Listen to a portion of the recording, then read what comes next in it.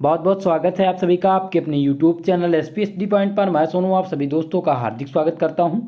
दोस्तों आज के इस लेक्चर के अंतर्गत हम डिस्कस करेंगे BSc first year second semester chemistry.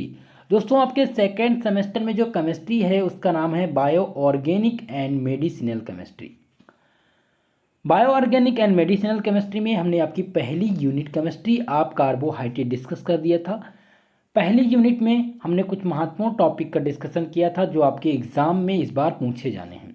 इसी प्रकार से हम सेकंड यूनिट, आपका जो सेकंड यूनिट है उसका नाम है केमिस्ट्री ऑफ प्रोटीन।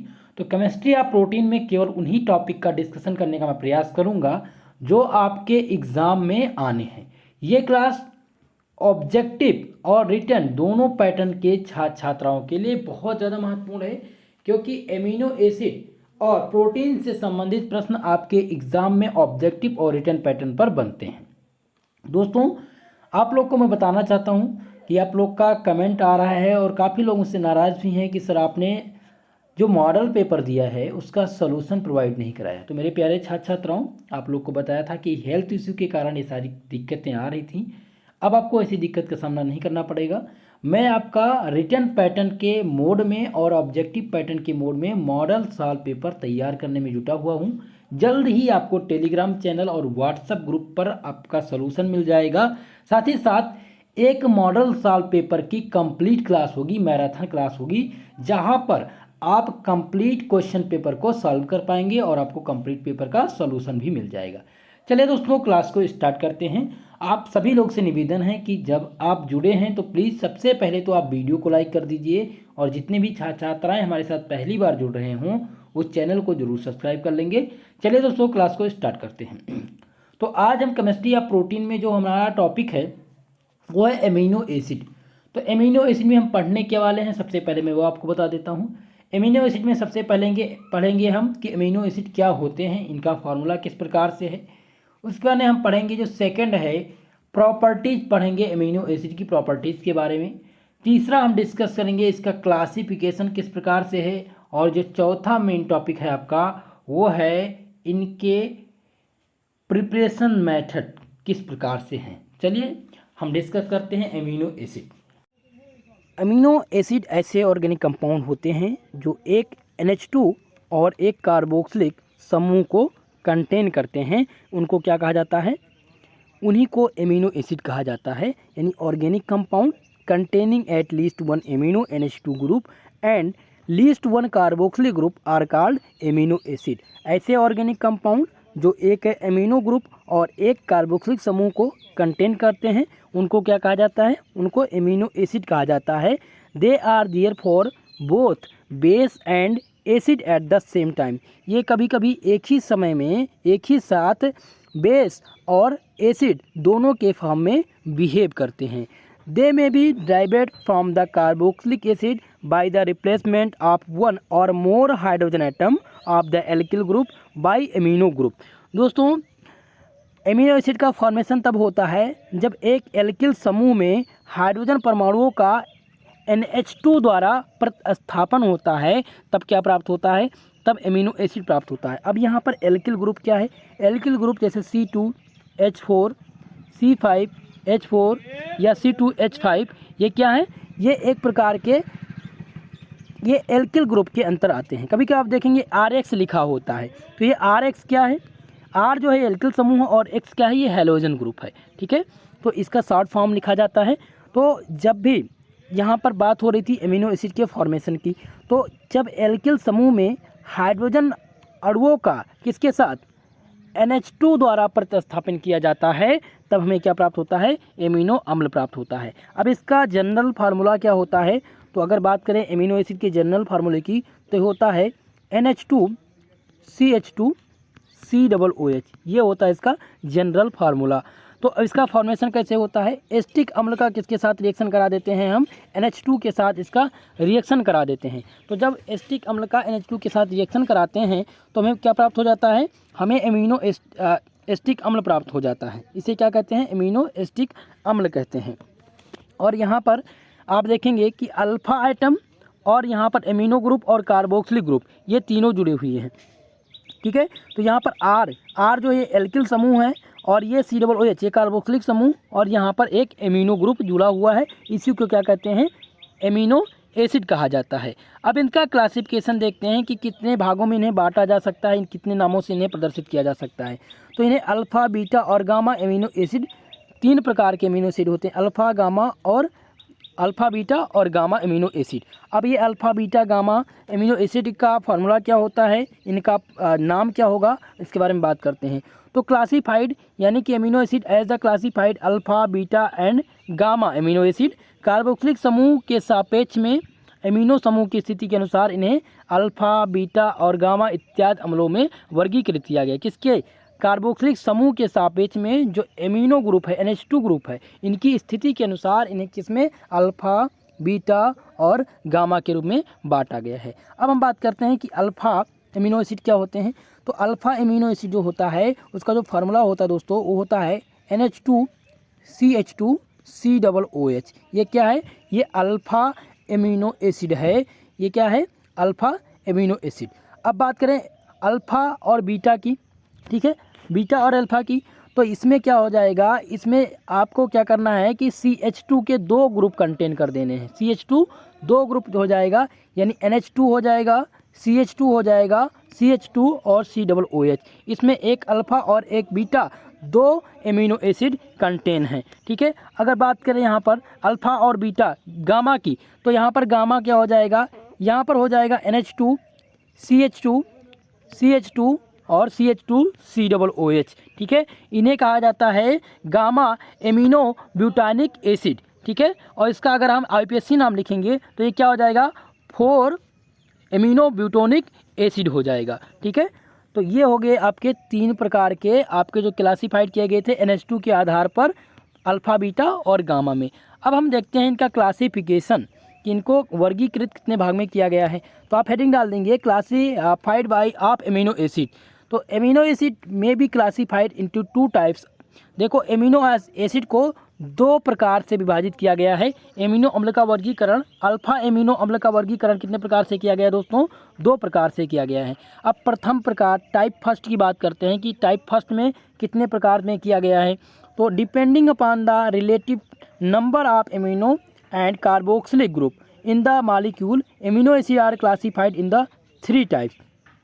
पहला जो प्रकार है, देखिए अल्फ़ा एमिनो एसिड को यानी एमिनो एसिड को 2 टाइप में वर्गीकृत किया गया है। पहला टाइप ये है कि एमिनो अम्लों में जो उपस्थित एमिनो व कार्बोक्सिलिक समूह हैं, उनके सापेक्ष में उनकी जो संख्या है, उनके आधार पर उनकी संख्या यानी कितने NH2 हैं और कितने COH ग्रुप हैं, ठीक है, इनके आधार पर इनको 3 भागों में वर्गीकृत किया गया है। पहला है आपका नेचुरल एमिनो एसिड। तो नेचुरल एमिनो एसिड क्या होता है, जिसे हिंदी में कहते हैं उदासीन अम्ल कहते हैं, उदासीन अमीन अम्ल कहते हैं, ठीक है। तो natural amino acid contain equal number of amino group and carboxylic group पर मॉलिक्यूल ऑफ द कंपाउंड। देखिए जो उदासीन अमीनो अम्ल होते हैं, इनमें एक अणु अमीनो अम्ल में अमीनो समूह के कार्बोक्सिलिक अम्ल समूह की संख्या क्या होती है, समान होती है, इसीलिए ये क्या होते हैं, प्रकृति में उदासीन होते हैं, ठीक है।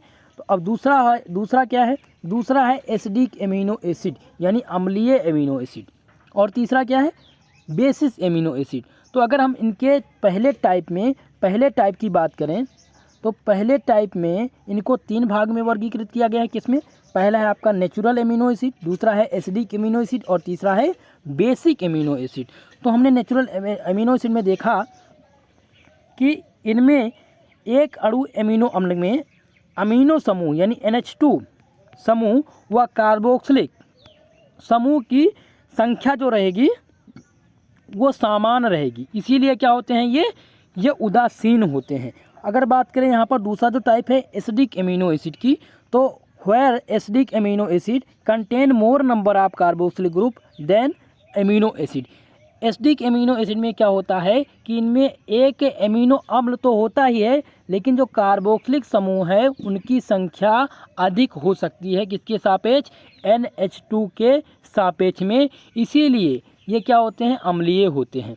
अम्लीय प्राकृत में उदासीन इसलिए होते हैं, देखिए नेचुरल इसलिए होते हैं एमिनो एसिड यहाँ पर क्योंकि इसमें जो NH2 है, NH2 और COOH ग्रुप है, इनकी संख्या क्या रहेगी, समान रहेगी। लेकिन यही बात करें एसिडिक एमिनो एसिड में, तो NH2 की संख्या से अधिक कार्बोक्सिलिक ग्रुप जुड़ा होगा, वहाँ पर ये क्या हो जाता है, एसिडिक हो जाता है, यानी इनकी जो प्रकृति हो जाती है वो अम्लीय हो जाती है। अब हम बात करते हैं तीसरा पॉइंट जो आपका है बेस एमिनो एसिड। तो बेस एमिनो एसिड क्या होते हैं, जिन्हें क्या कहा जाता है, संभारिक एमिनो अम्ल कहा जाता है। तो basic amino acid contain more number of base amino group than the carboxylic group, example of each type of given below. ठीक है, तो इसमें जो बेसिक एमिनो एसिड होते हैं, इनमें एक अणु एमिनो अम्ल में यानी एक अणु अमीनो अम्ल की बात हो रही है, तो यहाँ पर हो जाएगा एक अम्ल एमिनो की बात हो रही थी, NH2 CH2 COOH। ठीक है, अब इसमें क्या हो रहा है कि एमिनो समूह की संख्या, जो एमिनो समूह है, ये एमिनो समूह है, इसकी संख्या जो कार्बोक्सिलिक समूह है इसकी संख्या से अधिक होगी। यहाँ पर मोर देन कितने हो जाएंगे, 2 एमिनो एसिड हो जाएंगे। ठीक है, तो ये क्या हो जाएगी, जब भी कार्बोक्सिलिक समूह की संख्या तुलना में NH2 की संख्या अधिक हो जाए तो ये क्या हो जाते हैं, बेसिक एमिनो एसिड हो जाते हैं। इनकी प्रकृति जो हो जाती है वो क्षारीय हो जाती है। अब यहाँ पर आप देखते हैं जैसे ग्लाइसिन दिया गया, ग्लाइसिन का फार्मूला क्या होता है, ये फार्मूला होता है CH2 NH2 COOH ग्रुप। ठीक है, COOH, तो इसे क्या कहते हैं, ग्लाइसिन कहते हैं, इसे ही एमिनो एसिड कहते हैं। अगर यहीं पर बात करें एस्पेरेटिक एसिड की, तो एस्पेरेटिक एसिड की संख्या देखिए, अब यहाँ पर क्या दिया गया है, एस्पेरेटिक, ये हो गया नेचुरल, ये क्या है, ये आपका नेचुरल एमिनो एसिड है। अब ये हो गया आपका दूसरा एसिडिक। अब एसिडिक कैसे होगा, तो आप यहाँ पर देख रहे हैं कि 2 एमिनो एसिड ग्रुप जुड़े हुए हैं।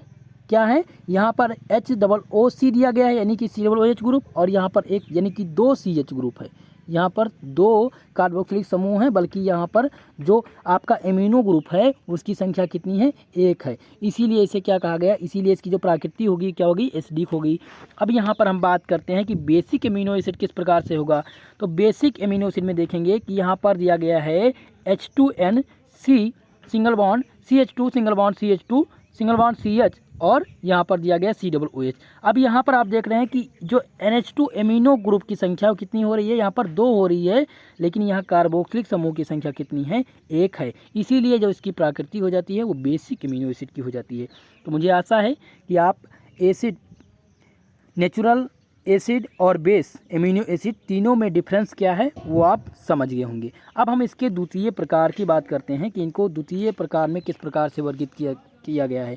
तो amino acid have been divided into essential and non essential amino acid according to requirement of human body. दोस्तों, जो द्वितीय प्रकार है तो इसका क्लासिफिकेशन किस प्रकार से किया गया है, तो मनुष्य के शरीर की आवश्यकता के अनुसार उनके शरीर के निर्माण के आधार पर क्या किया गया, एमिनो अम्ल को 2 प्रकार से बांटा गया है। पहला है आवश्यक एमिनो अम्ल और दूसरा अनावश्यक एमिनो अम्ल। ठीक है, दूसरा प्रकार क्या है, दूसरे प्रकार में मनुष्य के शरीर की आवश्यकता एवं शरीर द्वारा उनके निर्माण के आधार पर एमिनो अम्ल को 2 भागों में बांटा गया है। पहला है आवश्यक एमिनो अम्ल जिसे इंग्लिश में कहते हैं इसेंशियल एमिनो एसिड, और दूसरा है अनावश्यक जिसे नॉन इसेंशियल एमिनो एसिड कहते हैं। अब इसेंशियल क्या होता है और नॉन इसेंशियल क्या होता है इसके बारे में बात कर लेते हैं। आपका पहला जो है वो इसेंशियल एमिनो एसिड जिसे हिंदी में कहते हैं आवश्यक एमिनो अम्ल। तो आवश्यक एमिनो अम्ल क्या होते हैं, those amino acid which are needed to maintaining good health of human being but cannot be synthesized by the human body are called the essential amino acid। आवश्यक एमिनो अम्ल ऐसे एमिनो अम्ल हैं जो कि मानव जात के स्वास्थ्य को ठीक बनाए रखने के लिए आवश्यक होते हैं, परंतु इनका संश्लेषण मानव शरीर द्वारा नहीं होता है। इन्हें क्या कहा जाता है, आवश्यक एमिनो अम्ल कहा जाता है।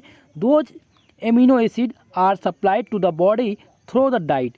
ऐसे ये जो एमिनो अम्ल हैं ये अम्ल मानव शरीर को भोजन के द्वारा प्राप्त होते हैं। उदाहरण के लिए जैसे कि वैलिए, आइसोल्यूसान, थ्रियोनिन, मेथियोनिन और ट्रोफिन और लाइसिन, ये क्या होते हैं, भोजन के द्वारा प्राप्त होते हैं। ये आवश्यक एमिनो अम्ल हैं।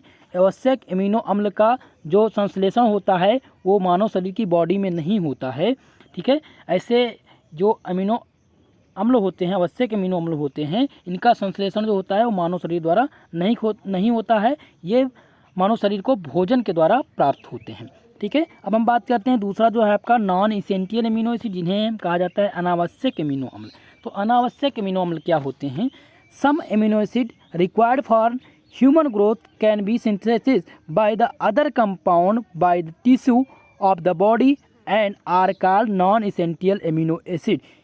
दोस्तों, अनावश्यक अमीनो अम्ल ऐसे अमीनो अम्ल हैं जो मानव वृद्धि के लिए आवश्यक होते हैं, परंतु इनका निर्माण मानव शरीर के द्वारा स्वयं होता है। यानी मानव तंत्र के द्वारा जो अनावश्यक अमीनो अम्ल हैं उनका निर्माण मानव तंत्र के द्वारा स्वयं होता है। उन्हें क्या कहा जाता है? अमीनो अम्ल कहा जाता है। ठीक है, तो अगर दोनों में डिफरेंस पूछा जाए आपसे इसेंशियल और नॉन इसेंशियल में, तो आप बता देंगे कि इसेंशियल अमीनो एसिड वो अमीनो एसिड होते हैं जिनका निर्माण मानव शरीर द्वारा या मानव तंत्र द्वारा नहीं होता है, उन्हें क्या कहा जाता है? इसेंशियल। और नॉन इसेंशियल किसे कहते हैं? जिनका निर्माण मानव संश्लेषण द्वारा, मानव तंत्र के संश्लेषण द्वारा स्वयं होता है, उन्हें कहा जाता है अनावश्यक अमीनो अम्ल कहा जाता है। जैसे एग्जाम्पल के लिए एलानीन और प्रोलीन एस्पार्टिक अम्ल, ये क्या हैं? एक प्रकार के अनावश्यक अमीनो अम्ल हैं। तो हमने इसके क्लासिफिकेशन को पूर्णतः डिस्कस कर लिया।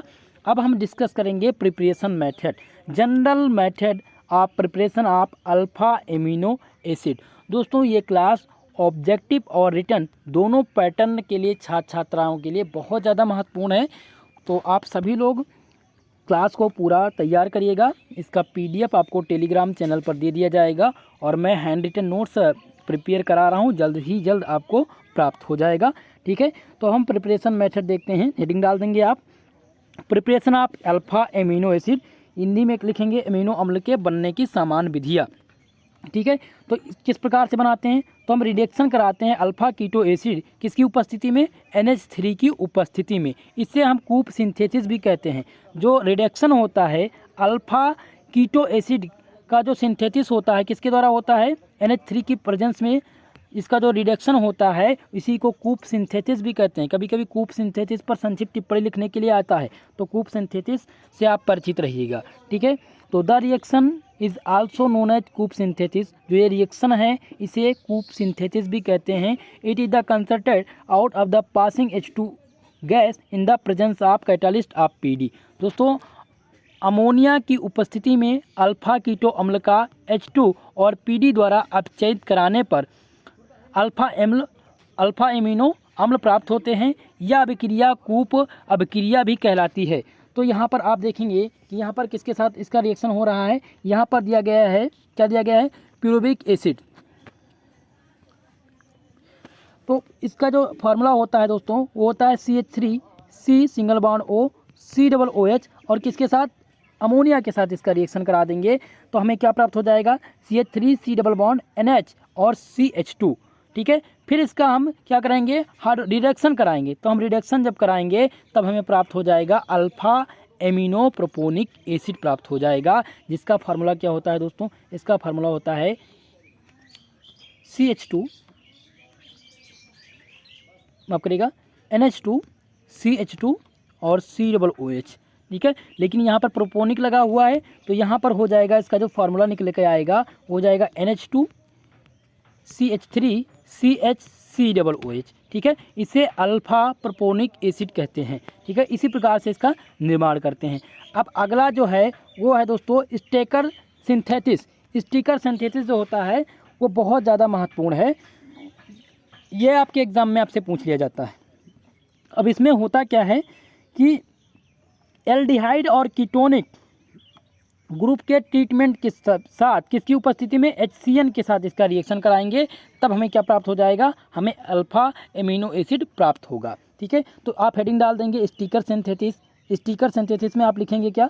आप लिखेंगे कि एल्डिहाइड और ketone are treated with HCN and reducing by the cyanohydrin and treated with concentrate NH3 and then hydrolysis by acid to get alpha amino acid is called the aniline।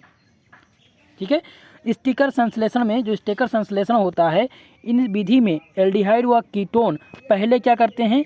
HCN व फिर NH3 अपक्रिया के द्वारा प्राप्त होते हैं। अपक्रिया का जो बनता है वो एमिनो नाइट्रिक अम्ल बनता है, जिसका जल अपघटन कराने पर हमें क्या प्राप्त होता है, अल्फा एमिनो एसिड प्राप्त होता है। ठीक है, एक बार स्टिकर संश्लेषण को मैं फिर से समझा देता हूँ। स्टिकर संश्लेषण में आखिर में होता क्या है।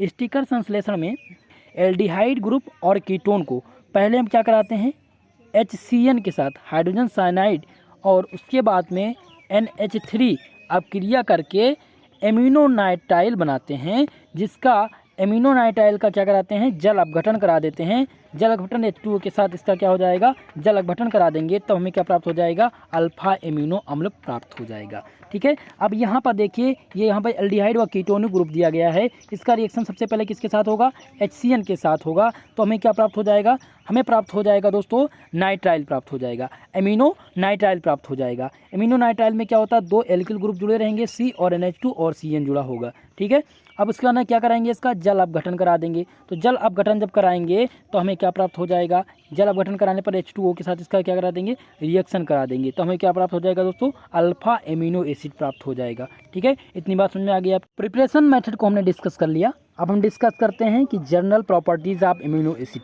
एमिनो एसिड के गुण क्या हैं, एमिनो एसिड के सामान्य गुण। तो गुण में आपका कौन कौन सा आ जाता है, पहला आ जाता है आपका फिजिकल प्रॉपर्टीज़, जिसे हम भौतिक गुण कहते हैं। दूसरा आ जाता है आपका केमिकल प्रॉपर्टी, जिसे रासायनिक गुण कहते हैं। तो सबसे पहले आप हेडिंग डालेंगे general properties of amino acid, उसके अंदर लिखेंगे एमिनो अम्ल के सामान्य गुण, और हेडिंग डाल देंगे फिजिकल प्रॉपर्टीज़। फिजिकल प्रॉपर्टीज़ में आपको लिखना क्या होता है, आपको लिखना होता है कि इसका स्वाद कैसा है, इसका रंग कैसा होता है, ये किस प्रकार का पदार्थ है, ये जल में विलेय है या नहीं विलेय है, ये बेंजीन में घुलनशील है या नहीं, इसका गलनांक कितना होता है, इसका क्वथनांक कितना होता है, इसका डाइपोल मोमेंट क्या होता है। ठीक है, ये सारी चीज़ें भौतिक गुण में आपको लिखनी रहती हैं। तो आप प्रॉपर्टीज हेडिंग डाल देंगे, लिखेंगे amino acid are colourless. Amino acid जो होते हैं वो कलरलेस होते हैं, क्रिस्टलाइन सॉलिड होते हैं यानी क्रिस्टलीय ठोस होते हैं, compound having the sweet taste, और ये स्वाद में मीठे होते हैं। दूसरा है they are generally soluble in water, ये जनरली वाटर में सॉल्युबल होते हैं, but string in soluble organic solvent, ये ऑर्गेनिक सॉल्वेंट में क्या होते हैं, अप्लेय होते हैं। ठीक है, तो एमिनो अम्ल रंगहीन मीठे स्वाद वाले क्रिस्टलीय ठोस होते हैं, ये जल में विलेय हैं, परंतु ध्रुवीय विलायक यानी कि पोलर सॉल्वेंट जैसे कि ईथर, बेंजीन, इनमें क्या होते हैं, ये अविलेय हैं। इसका गलनांक क्या होता है, उच्च होता है, और इसके कारण जो इसका ध्रुवीय है यानी जो द्विध्रुव आघूर्ण है वो हाई हो जाता है। ठीक है, इतनी बात समझ गए। अब हम बात करते हैं केमिकल प्रॉपर्टीज़ की, कि केमिकल प्रॉपर्टीज़ क्या होती है। तो आप हेडिंग डाल देंगे केमिकल प्रॉपर्टीज़। केमिकल प्रॉपर्टी मतलब हो गया कि रासायनिक गुण। तो रासायनिक गुण में क्या होता है कि आप एमिनो एसिड का रिएक्शन किसी ऐसे प्रोडक्ट के साथ, किसी ऐसे कंपाउंड के साथ कराएंगे कि हमें कोई दूसरा कंपाउंड प्राप्त हो जाए। ठीक है, तो आप देखिए केमिकल प्रॉपर्टीज में सबसे पहले हम रिएक्शन करा रहे हैं किसके साथ, reaction due to NH2 group. NH2 group के साथ इसका रिएक्शन कराएंगे। किसके साथ, हम किसका रिएक्शन करा रहे हैं, एमिनो अम्ल का करा रहे हैं। एमिनो अम्ल का जो फार्मूला होता है वो क्या होता है, NH2 होता है, NH2CH2COOH। अब इसका रिएक्शन किसके साथ कराएंगे, हम कराएंगे HCN के साथ इसका रिएक्शन कराएंगे। ठीक है, तो यहाँ पर ग्लाइसिन दिया गया, ग्लाइसिन का रिएक्शन करा रहे हैं किसके साथ, HCl के साथ करा रहे हैं। तो हमें क्या प्राप्त हो रहा है, हमें प्राप्त हो रहा है ग्लाइसिन हाइड्रोक्लोराइड साल्ट प्राप्त हो रहा है, ग्लाइसिन हाइड्रोक्लोराइड साल्ट प्राप्त हो रहा है। अब यहाँ कैसे प्राप्त होगा, NH2 यहाँ पर एक H यहाँ से ले लिया गया, तो यहाँ पर क्या हो गया, NH3 हो गया। अब यहाँ पर कितना बचा, CH2 था, COOH। अब बाहर जो निकल रहा है वो Cl निकल रहा है, क्या निकल रहा है, Cl, ये साल्ट के रूप में बाहर निकल जाएगा, क्लोरीन के रूप में। ठीक है, तो इसे क्या कहा जाएगा, इस पूरे कंपाउंड को कहा जाएगा ग्लाइसिन हाइड्रोक्लोराइड साल्ट, इसका फार्मूला हो जाएगा। आप रिएक्शन तभी बैलेंस कर पाएंगे जब आपको फार्मूले कम्प्लीटली लर्न हो। तो सबसे पहले आप फार्मूले ज़रूर तैयार कर लीजिएगा। अब चलिए दूसरा हम एसिटिलेशन कराते हैं, इसका एसिटिलीकरण कराते हैं। तो एसिटिलीकरण में क्या प्राप्त हो जाएगा, इसमें क्या होता है, जब अल्फ़ा एसिड का रिएक्शन किसके साथ कराते हैं, एसिडिक क्लोराइड और anhydride to form the N acetyl amino acid. दोस्तों एसिटिलीकरण में जब एसिटिल क्लोराइड व एसिटिक एनहाइड्राइड के साथ एसिटिल क्लोराइड व एसिटिक एनहाइड्राइड के साथ अपक्रिया कराते हैं तो हमें क्या प्राप्त होता है, एसिटिल के व्युत्पन्न प्राप्त होते हैं। किसके व्युत्पन्न प्राप्त होते हैं? एसिटिल के व्युत्पन्न प्राप्त होते हैं। तो हम यहाँ पर करा रहे थे किसके साथ? एसिटिल क्लोराइड का रिएक्शन करा रहे हैं, किसके साथ? ग्लाइसिन का रिएक्शन करा रहे हैं। हमें क्या प्राप्त हो जाएगा? एन एसिटिल ग्लाइसिन प्राप्त हो जाएगा। क्या प्राप्त हो जाएगा दोस्तों? एन एसिटिल ग्लाइसिन प्राप्त हो जाएगा और HCl क्या हो जाएगा? मुक्त रूप में बाहर निकल जाएगा। ठीक है। तीसरा रिएक्शन हम कराएंगे रिएक्शन विथ एल्किलेटिंग एजेंट। एल्किलेटिंग एजेंट के साथ हम रिएक्शन कराएंगे किसका? एमिनो अम्ल का। तो जब हम एल्किलेटिंग एजेंट के साथ एमिनो अम्ल का रिएक्शन कराएंगे तो हमें क्या प्राप्त हो जाएगा? हमें प्राप्त हो जाएगा दोस्तों बीटेन। बीटेन का फार्मूला क्या होता है? बीटेन का फार्मूला होता है CH3 का होल थ्राइस NCH2COO-4। ठीक है, ये है बीटेन आपका प्राप्त होता है। किसके द्वारा प्राप्त होता है? जब हम एल्किलेटिंग एजेंट के साथ एमिनो अम्ल का रिएक्शन कराते हैं, यानी कि मेथानिक विलयन में एल्किल हैलाइड के साथ अपक्रिया द्वारा एन एल्किल व्युत्पन्न बनते हैं जिन्हें बीटेन कहा जाता है। क्या कहा जाता है? एन एल्किल व्युत्पन्न जो बनते हैं उनको क्या कहा जाता है? बीटेन कहा जाता है। तो बीटेन कैसे बनेगा? बीटेन बनेगा किसके साथ? एल्किलेटिंग एजेंट के साथ रिएक्शन कराएंगे किसका? ग्लाइसिन का, यानी कि NH2CH2COOH का रिएक्शन करा देंगे। हमें क्या प्राप्त हो जाएगा दोस्तों? हमें प्राप्त हो जाएगा बीटेन। ठीक है। अब यहाँ पर आप देखिए, यहाँ पर आपको दिया गया NH2 ग्रुप और यहाँ पर अल्फ़ा और बीटा 2 एमिनो एसिड का रिएक्शन हो रहा है। ठीक है। अब आप हमें ये बताइए कि ये कौन सा एसिडिक बिहेवियर है या नेचुरल बिहेवियर है या क्षारीय है? ये अम्लीय है या नेचुरल है या क्षारीय है? तो हमने बताया था अम्लीय कब होगा? जब COOH जो ग्रुप होगी उनकी संख्या अधिक होगी तो वो अम्लीय होगा, और जब NH2 की संख्या अधिक होगी तो क्या हो जाएगा? ये क्षारीय हो जाएगा। लेकिन यहाँ पर H2 की संख्या भी सेम है और CHO की भी संख्या सेम है, तो ये क्या है? एक प्रकार का नेचुरल एसिटिक अम्ल है। ठीक है। तो ये रिएक्शन आपका कंप्लीट हुआ। तो फाइनली आपने आज जो इस क्लास में समझा वो आपने जाना। सबसे पहले हमने डिस्कस किया कि एमिनो अम्ल का फॉर्मेशन किस प्रकार से होता है, एमिनो अम्ल है क्या, इसका क्लासिफिकेशन किस प्रकार से किया गया है, इसकी प्रॉपर्टीज़ को हमने देखा और प्रिपरेशन मेथड को भी देखा। इतना अगर आप तैयार कर लेते हैं तो ये मानकर चलिए आपका एक लॉन्ग आंसर और एक शॉर्ट आंसर तैयार हो जाएगा। ये मोस्ट इम्पॉर्टेंट टॉपिक था, आपके एग्ज़ाम में आएगा। मैं बहुत विस्तृत में इस क्लास को लेकर नहीं चल रहा हूँ क्योंकि माफ़ करिएगा, आप लोग का जो एग्ज़ाम है वो नज़दीक है और आपको फास्ट टैग रिवीजन करवाना है। तो ये नोट्स आपको कम से कम 2 से 3 बार लिख करके प्रैक्टिस करना है और आपको ये तैयार करना है। ठीक है दोस्तों, तो बहुत बहुत धन्यवाद आप सभी का हमारे साथ जुड़ने के लिए। जितने भी छात्र छात्राएँ हमारे साथ जुड़े हुए हैं, प्लीज़ उनसे रिक्वेस्ट है कि आप लोग वीडियो को लाइक कर दीजिएगा, ज़्यादा से ज़्यादा लोगों में शेयर करिए। और जो भी भाई बंधु हमारे साथ पहली बार जुड़ रहे हैं वो प्लीज़ चैनल को ज़रूर सब्सक्राइब कर लें ताकि इसी प्रकार की क्लास मिलती रहे। और आप लोग का जो मॉडल साल पेपर है उसकी क्लास 17 तारीख के बाद आपको दी जाएगी। 17 तारीख से आपका मॉडल साल पेपर आपको मिलना प्राप्त हो जाएगा। कम से कम मैं 4 मॉडल पेपर आपको सॉल्व करा दूंगा। और आपका इम्पॉर्टेंट टॉपिक जो मैंने आप लोग को एक क्लास दी है केमिस्ट्री की, जिसमें मैंने इंपॉर्टेंट टॉपिक डिस्कस किया है, तो जो भी टॉपिक मैंने उसमें नोट किया है उन्हीं टॉपिक का केवल डिस्कशन किया जाएगा। अगली क्लास में हम डिस्कस करेंगे प्रोटीन के बारे में, प्रोटीन का क्लासिफिकेशन, प्रोटीन क्या है और इसकी मैकेनिज्म किस प्रकार से होती है, क्रिया विधि किस प्रकार से होती है। ठीक है दोस्तों, तो आज के लिए बस इतना ही। मिलते हैं अगली क्लास में, तब तक के लिए जय हिंद, जय भारत।